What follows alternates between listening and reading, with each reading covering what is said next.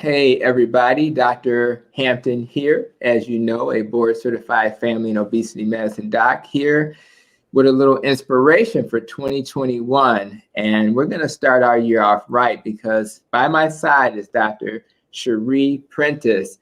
And we just recorded podcast episode number 28. And of course, that'll be a 28. That'll be available in the podcast app coming up on January 8th. So again, another gift for the new year. And I'm really feeling that we need some inspiration. We've been through a crazy year and we need to figure out how do we start our year off right so that we can kind of achieve the goals we want to achieve. And many people are setting goals this time of year. I've actually set goals myself. I have a goal to write a book this year, so I have to make sure that gets out. And I just wanted to bring somebody who I really respect to the table with us today. So Dr. Prentiss is a visionary, best-selling author.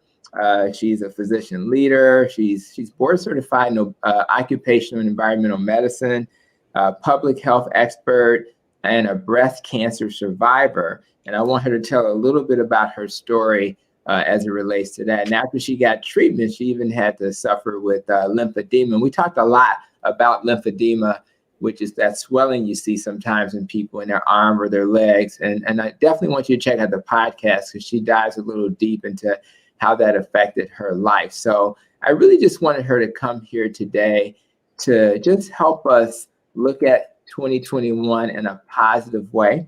And I just really feel that we all need that right now. We're all trying to heal. We've all had the trauma. It's like a post-traumatic stress disorder because we've all been hit so hard. So I want to make sure that you guys have some tools to be effective. But before we do that, I need to make sure you know who she is. So Dr. Prentiss, do me a favor. I want you to just in a, maybe a shorter version of what we did in the podcast, tell people who you are just in case they don't know who you are.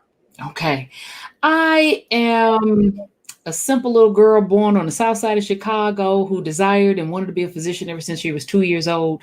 Came from a family with parents who supported our efforts and goals. And so I went on and studied at Northwestern University, went to Loyola Street School of Medicine, became a doctor. Life was good until October 1st, 2008, when I found a mass in my right breast, and it was cancer.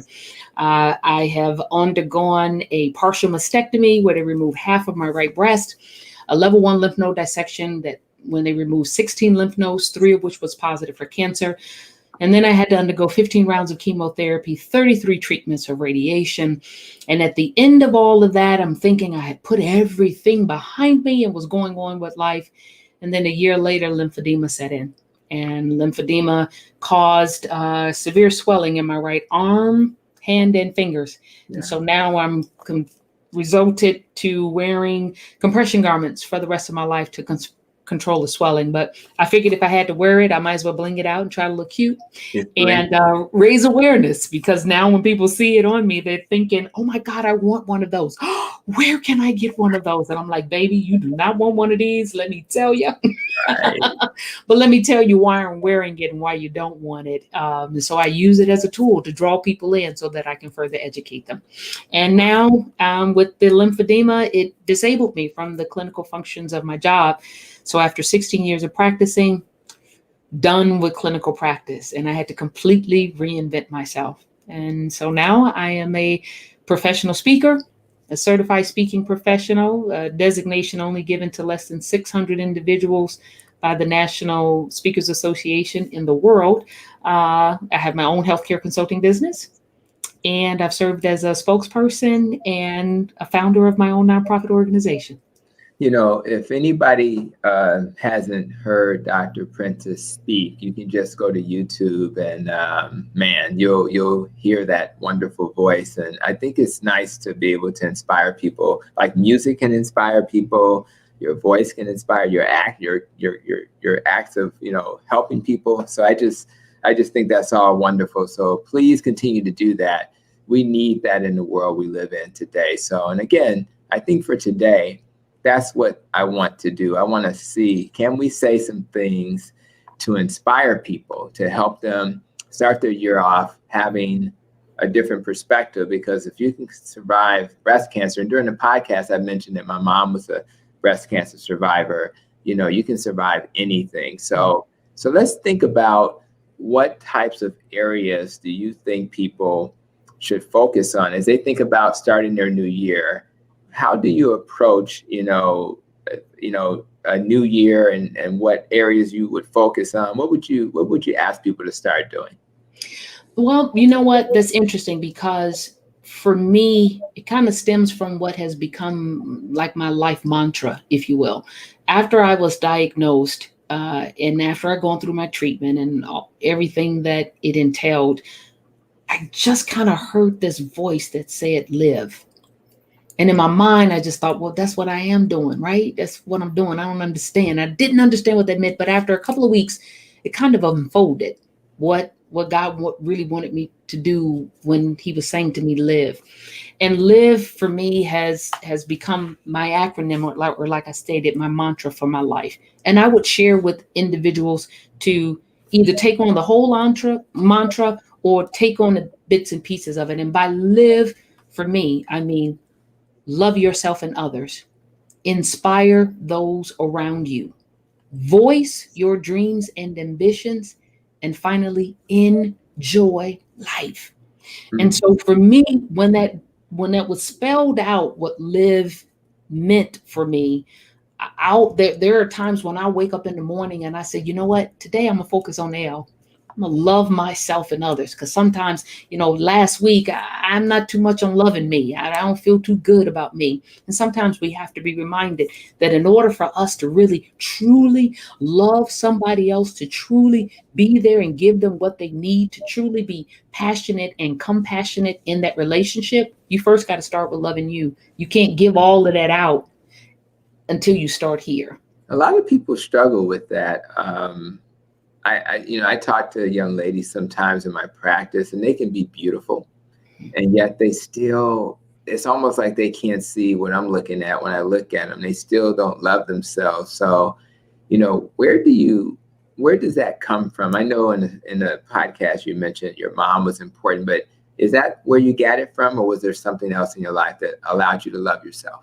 I think it went deeper, and it went deeper simply because I was taught at an early age, because of my family background, that God loves me, that there is nothing that I can do or not do that's going to change his love for me.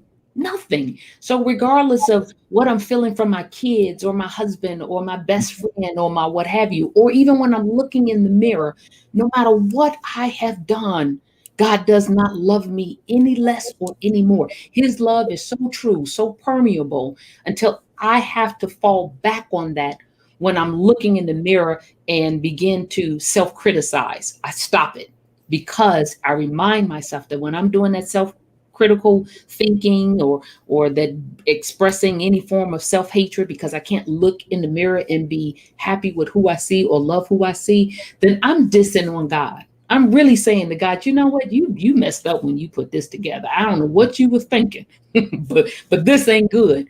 Oh my God, I can't say that to the Creator.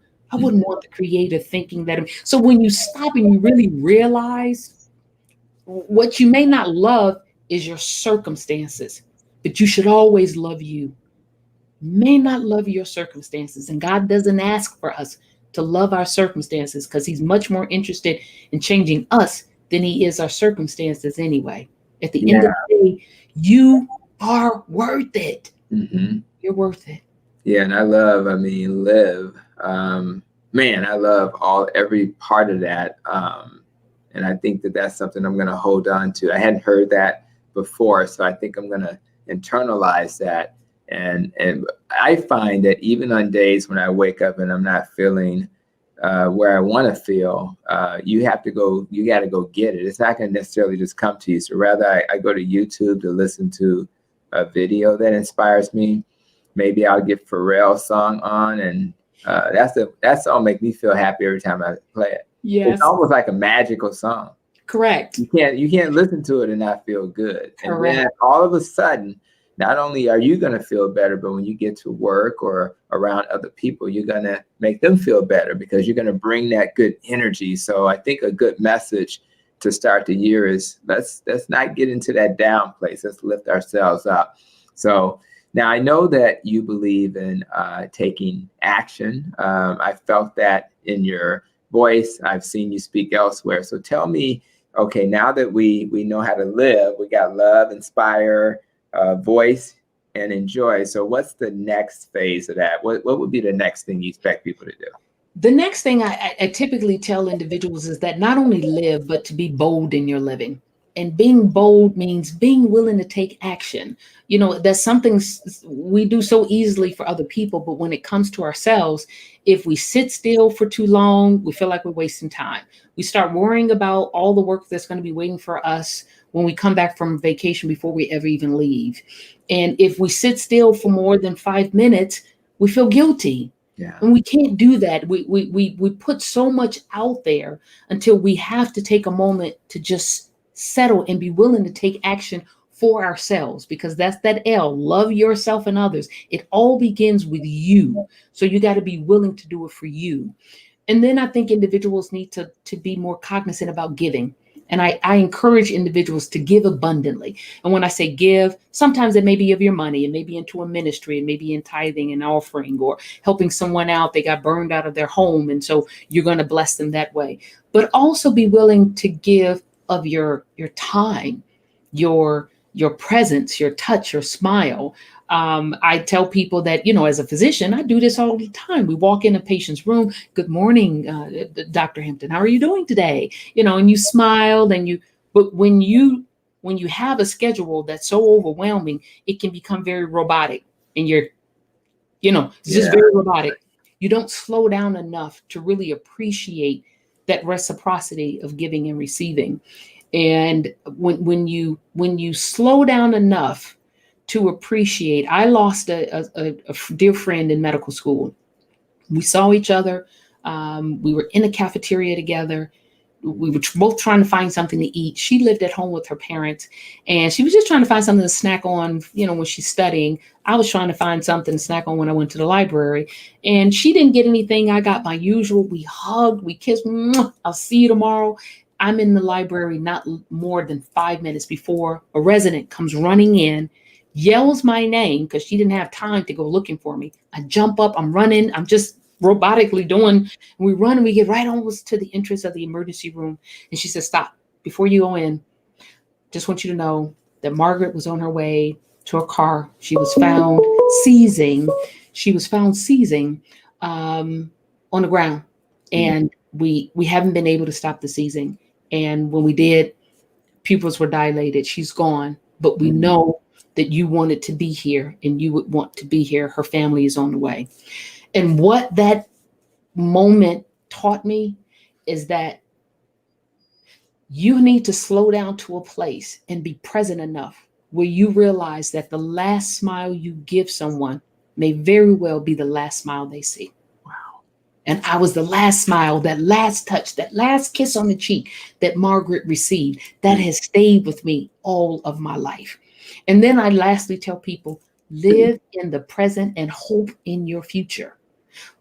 Today is an important day for you. Every single day you wake up, it's an important day for you, because this is the day that you can decide to have a different attitude, change your behavior, change your attitude, and cause today to be better than your yesterday, and even better than what your tomorrow can hold for you. But you got to change your mindset. Wow. I listened to Dave Ramsey, and he says, live like no one else so you can give like no one else. And he talks about, he wants you to get out of debt. But it resonates with me about this idea of being able to give. And again, it doesn't have to be money, but man, if you live the right kind of life, it would be nice to be able to give your time and sometimes your resources. So I think that's a valuable lesson, not only for people who are adults to learn, but for us to teach our kids. And I just love that idea of being able to give. It's just something that's hard. I mean, it's hard. I remember the first time we donated money to my college. And, that's kind of pulling teeth when you're, it's like, I paid for school, so why I got to give them some more Gotta money? give them back? Wait, haven't I given you enough? Right. But those are the things that you have to do. And I really appreciate, learning those values and trying to live those values. So I really appreciate that. And then I like this idea of living in the present. Sometimes we're so focused on achieving our goals that we don't enjoy the present. And a lot of people just don't do that. And again, you want to be aware of the future. You want to shoot towards your goals. But man, you got to be able to enjoy this moment in time. So I appreciate those things. And these are great little nuggets of information, guys, that'll help you think about how do I approach my next year. So talk a little bit about the importance of, being happy and also being, content. What's your thoughts on those concepts? Yeah, you know what? I gained a better appreciation of where I'm at with regards to and the difference between joy and contentment after my diagnosis. I wish I could sit before you, stand before you, and speak before you and say, I had this all under control before my diagnosis. But I can tell you that after my diagnosis, it did reshift me, and it changed my outlook on life. I now have a new outlook and a new vision for life, because I come to appreciate that joy doesn't come from having my circumstances in order or under control. Joy comes from what's in my heart. And contentment is not about what side of the tracks I was born on, how much education I have, what job role I have, the job title. Contentment is truly a heart attitude. You will find, you won't find a happier person, a more thankful person than a truly content person. Because the word content means being satisfied to the point where you're being satisfied to the point where you don't want you're okay with things the way they are. Mm-hmm. And you appreciate that where I'm at now doesn't control where I will be in the future. Mm-hmm. But it doesn't mean that you don't want things to change. Right. Because we all want to see things change. But where we are right this moment does not have to disturb us. It does not have to destroy us. It does not have to take us over. It is a moment in time, and this too shall pass. But you have to hold on to that and know that your footsteps are being ordered and that you will see the evidence of it in due time. But just learning to be content. I am satisfied with what's going on in my life, but I'm not disturbed. Doesn't mean that I don't want to see things changed, but I'm not disturbed. And that takes practice. It is not something that I have come into the realization. And once I came into the realization, I don't struggle with it anymore. I walk in contentment all the time. No, because there are certain projects or goals we have set. And if the timing of it is off, or if I have to diminish my expectations, we all have to make adjustments. But we don't have to be in a place where we are so disturbed that we can't move forward. And we certainly don't want to be so disturbed that we take steps back. We can be content where we are, knowing that that change is coming. We're going to see the evidence of it in due time. We just need to be patient and hold on. Yeah, that'll work. And it looks like Miss she's yes, like, listen. And it really does, because when you are able to keep life cheerful and positive and be happy with where you are, but yet still motivated, it just keeps perspective. And who wants to spend their whole life striving for something, and you finally get there, then what?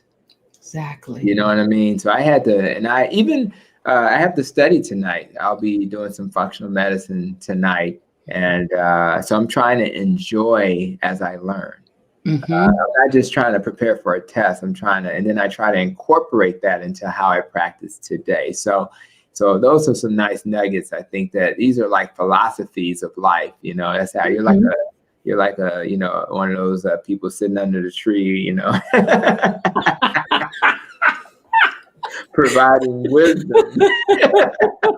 So I appreciate that. I know they gave you a visual, but I'm just trying to go. So in terms of priorities, people are going to be hit with a lot of priorities. So how do we manage that? Because I think we sometimes have so many things we want to achieve, and you don't even know where to start. So how do you you've done a lot of stuff. You got your charity, you wrote books, you're doing public speaking, you got podcasts going on. I mean, can you breathe? So how do you prioritize? What would you advise people to get their lives prioritized? Yeah, I've had people to come to me and ask me to speak about time management, because I get it all the time. When do you sleep? But I tell people, there are 24 hours in a day, 168 of them in a week, and the seconds in a minute cannot be finagled, cajoled, manipulated, or multiplied. And so I cannot tell you how to manage time because we all only have a certain finite amount of it here on earth. But I can help individuals manage their priorities. So I teach priority management, simple 4-step process. Number 1, decide and think about the things and write them down, the things that you want to get more out of life. And I say write them down because that is a form of creation. As long as it remains up in here, it's just a thought. But when you take a thought and put pen to paper, it becomes a physical reality, possibly for the first time. Do you have to post it on the refrigerator and things like that? I mean, some people may, because that will be their reminder on the refrigerator, posted on the bathroom mirror, those types of things. Or some people have a thing where, they have it notes on their phone, the to-do list, and they're always checking it wherever it is that you most likely go to. Write them down. Just write them down. Second step, pick one that you want to do over the next week, not the next month, not the next 3 days. Give yourself 7 days, that 7-day, that mark of completion. Give yourself a week that I'm going to participate in this because this is what I want to get more out of.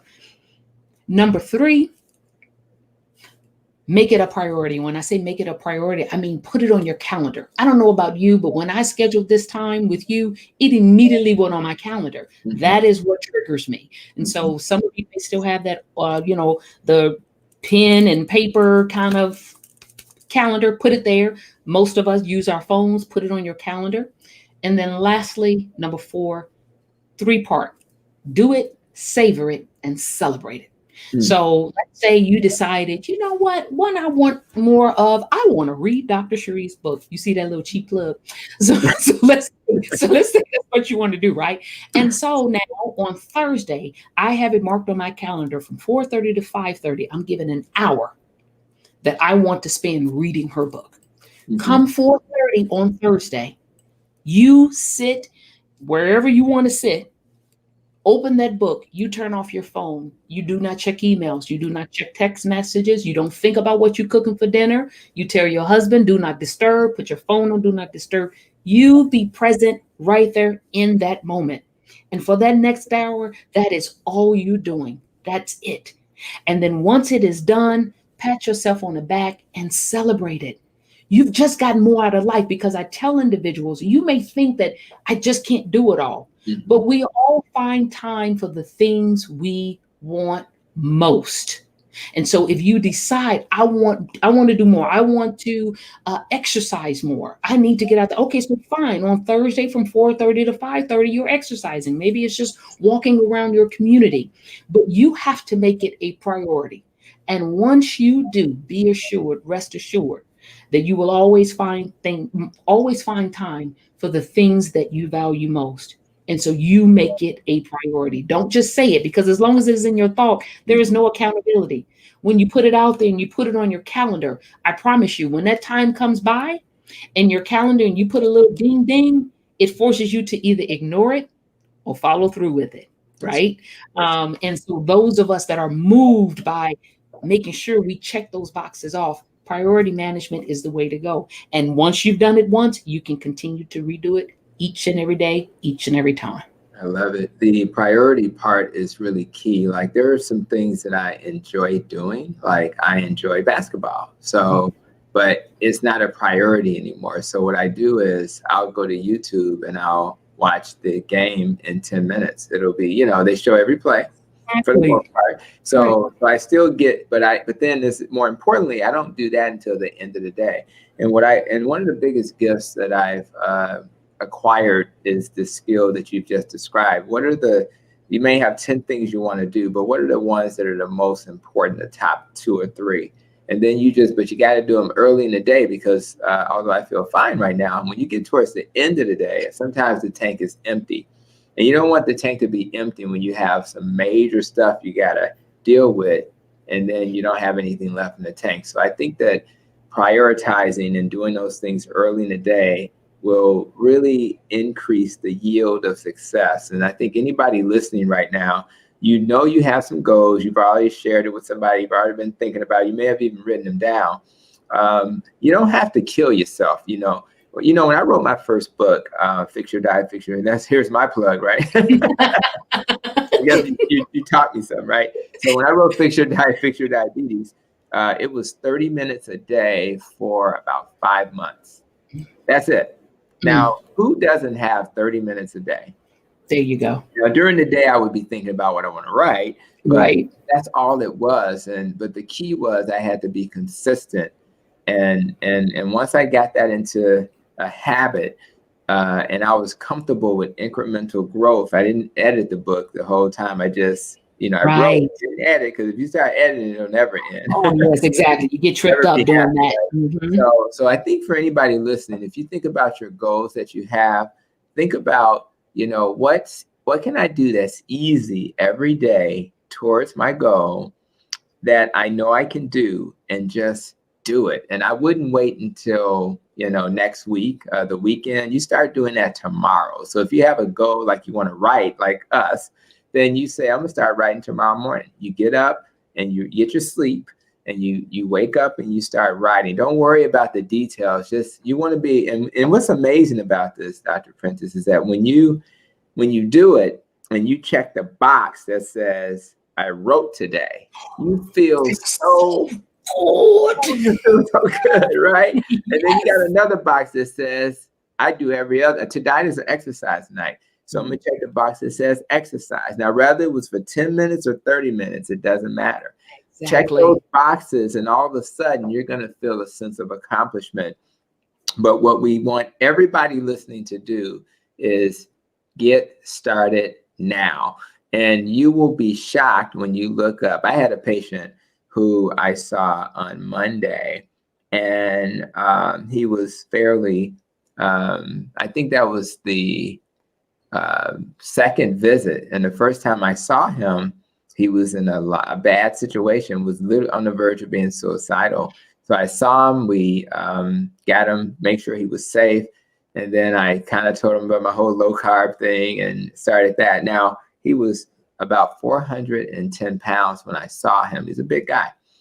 And he had lymphedema. We talked about that in the podcast. So make sure you guys check that out.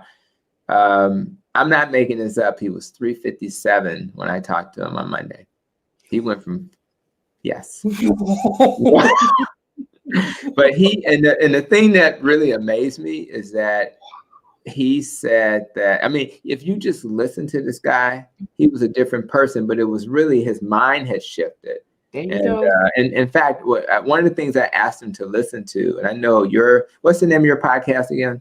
Where Medicine Meets Ministry, Dr. Sheri Talks Faith and Facts. So for anybody out here who has a strong faith belief, that may be exactly what the doctor ordered. So, and what I directed him to was my podcast episode that I did myself, talking about how we think.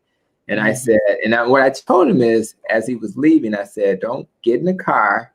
We download this podcast app to your phone. Listen to that episode on your way home. And he said that it just kind of changed how he thought. And you'll be surprised that as you achieve your goals in life, you're going to inspire somebody, whether it's a weight loss goal or a goal in terms of trying to get more education, whatever it is, the people around you are going to be inspired. And it's just like it's like the butterfly effect. It just affects all of these people around you as you flap your wings of success. So again, we wanted to just take a moment to just give you guys some nuggets to walk away with. and we're going to keep it kind of brief tonight. But I do want to allow you, Dr. Prentiss, if you have any final words of inspiration that you want to share that may help people as they start their new year. Yeah. You know, over the course of this past 12 years, really since my diagnosis and since my treatment, I would never say to anyone that I am thankful for breast cancer. Right. Oh, but what I am thankful for is the strength that I have acquired going through it. I'm thankful for the deliverance, and I'm thankful for the opportunity to make a difference in other individuals' lives. I have become known as the queen of let go and live. And I actually help individuals work through that, work through tragedy, work through trauma, work through drama, and to really be able to walk into that gift of how to live today and every day.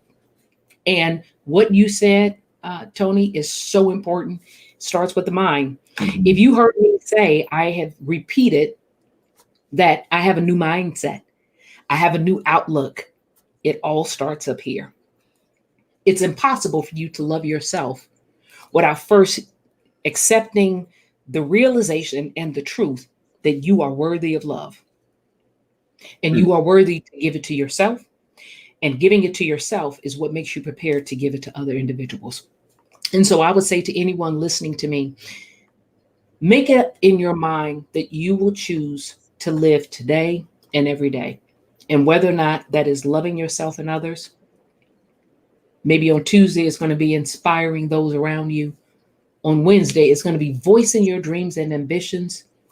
And then on Thursday, finally, you're just going to sit back and enjoy life. Mm-hmm. But make up in your mind, you're either going to do all of that each and every day, or you're going to pick a portion of it and do it. And I promise you, it will change your life, because it's something about living puts you out of yourself. And when you come out of yourself, you are allowing room for God to allow other people to solve all these other problems that you were trying to fix for yourself. Because now you're in a place of service. You're helping other individuals solve their problems. We were all placed here for service. And so if I give to Tony and I'm helping Tony out, God is going to allow Donald to give into my life to help me out. That's just the way it works. And the sooner we get that, and the sooner we understand that in these positive relationships, the closer we're going to be to a place where we can truly be content in a place where I'm satisfied no matter what's going on around me is not going to disturb me, but never satisfied to the point where I don't want to see things change. I want to see things change, but I do not have to be disturbed. I love it. And I think about you as a speaker, and I remember one of the things that allowed me to be more comfortable being in front, even doing this, a live event, right? You just have to be authentic. We talked about that during the podcast. Just be authentic, be yourself. You're not trying to be perfect. Mm-hmm. You're just trying to live in your purpose. And when you live in your purpose, then that is just noise. The rest of it is just noise. In fact, sometimes authenticity and not doing things perfectly is exactly what people are comfortable with. Yes. All this polished stuff, they need to let them, So I think that's really a great gift that you are sharing. So now there are going to be people who are new to you and they want to figure out, well, I want to get a little bit more of Dr. Prentiss. Yes. So how can they find you? Where would they find you? They can find me at my website, www.drsheriMD.com. That's DRSHERIMD.com. My nonprofit, the Live Today Foundation, they can go out to www.live-today.org. That's LIVE-today.org. I'm on Facebook, Instagram, Twitter, YouTube. Just search either Dr. Sheri MD or Dr. Sheri Prentiss, and you can find me. You can find copies of my book at Amazon or at my website. Or you may just want to shoot me an email at drsheri@drsheriMD.com. And I'm here to help, here to be a blessing, because this is part of my legacy. Awesome. Well, thank you for allowing us to be part of your life, Dr. Sheri. And I really appreciate you. I feel that we will be seeing you again, and certainly in my platform. And I hope that maybe join you in yours. Okay. You better. Don't worry, I promise.